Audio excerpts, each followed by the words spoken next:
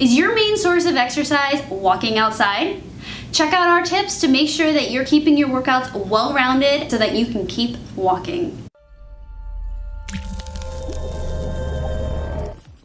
Hey, welcome back everybody to this week's edition of 2 Minute Tuesdays. Now this week we're talking to those of you who love walking. In fact, walking is your primary form of exercise.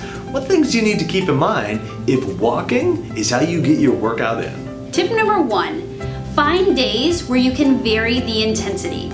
I don't know about you, but have you noticed that whenever you walk, you kind of walk at the same pace every time, whether that you feel like it's a fast walk or a medium walk or a slow walk?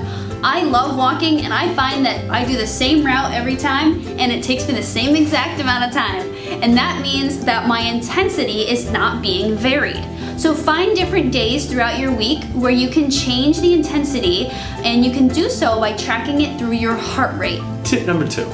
Make sure your feet stay working well. Oftentimes when people are doing activities where they're spending a lot of time on their feet, they utilize a lot of external support, such as really supportive shoes, as well as orthotics, in order to try to make up for dysfunction within the muscles of their feet. But by spending some time getting your foot muscles stronger and getting your foot muscles contracting better, that can ease your need to use those external supports and get your body functioning better overall. Tip number 3, find time to get in some total body resistance training. I know Charlie and I sound like a broken record talking about resistance training all the time, but especially for you avid walkers, walking is an amazing way to exercise, but it does not fill every category of exercise.